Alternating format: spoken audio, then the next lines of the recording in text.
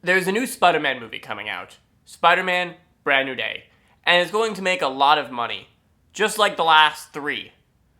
But what makes Spider-Man more than just another superhero?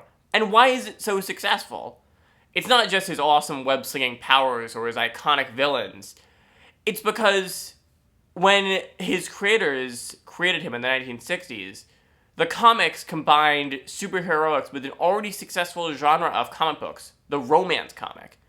And it shows us how creative breakthroughs can come out of unexpected genre collisions. When people think about comic books, they usually think about superheroes from Marvel or DC. But the comics industry of the 1940s through the 1960s used to be so much more diverse. When superheroes as a genre faded after the end of World War II, the comic publishers pivoted to whatever they thought would sell. This included comics in the Western, horror, crime, sci-fi, war, and humor genre, but they even tried to appeal to female audiences through romance comics. The genre began when Joe Simon and Jack Kirby, who created Captain America, started Young Romance for DC in 1947. It immediately sold 1 million copies, as big as Captain America.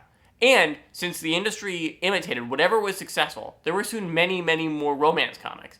By 1950, there were 148 romance comics titles from 26 publishers, and 1/5 of all comics on newsstands were romance comics like Young Love, Secret Hearts, Girls' Love Stories, Heartthrobs, and Girls' Romances. The subject matter?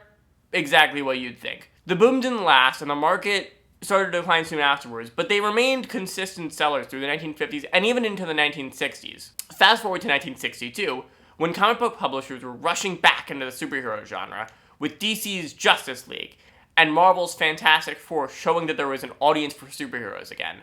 Marvel editor-in-chief Stan Lee proposed some new characters to keep up the momentum, including a certain teenager bitten by a radioactive spider, and assigned the artist Steve Ditko to draw the comic. Lee and Ditko's Spider-Man collaborations include many of the characters we know and love, including the Green Goblin, Doc Ock, and Gwen Stacy, and showcase the characters dealing with real teenage problems, which already set him apart from the other Marvel comics which showed adult superheroes. But Ditko is more interested in delving into Spidey's neuroses and showing him being bullied by his classmates, which the more commercial-minded Lee thought was holding back this comic.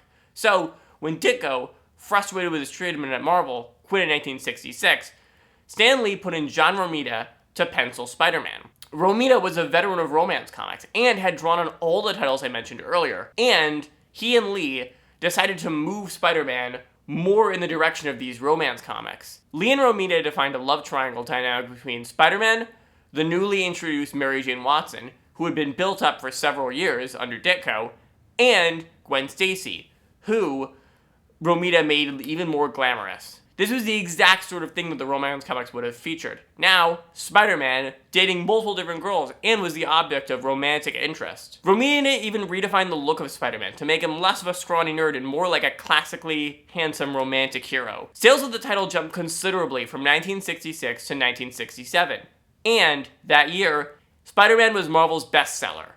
So what happened to romance comics? By the end of the 60s, most of them were gone. Women were no longer interested now that soap operas were available on television every day, and second-wave feminism made their depictions of dull domesticity seem out of date. But as for Spider-Man, by now, he is by far Marvel's most successful superhero. He has appeared in the most comic books out of any Marvel hero, and has made the second most money of any superhero after Batman, and way ahead of Superman. So when you watch Spider-Man next week, now in his 9th motion picture, you can thank your favorite hero's longevity, not just to his web-slinging, or his gallery of rogues, but to the melodrama of young romance.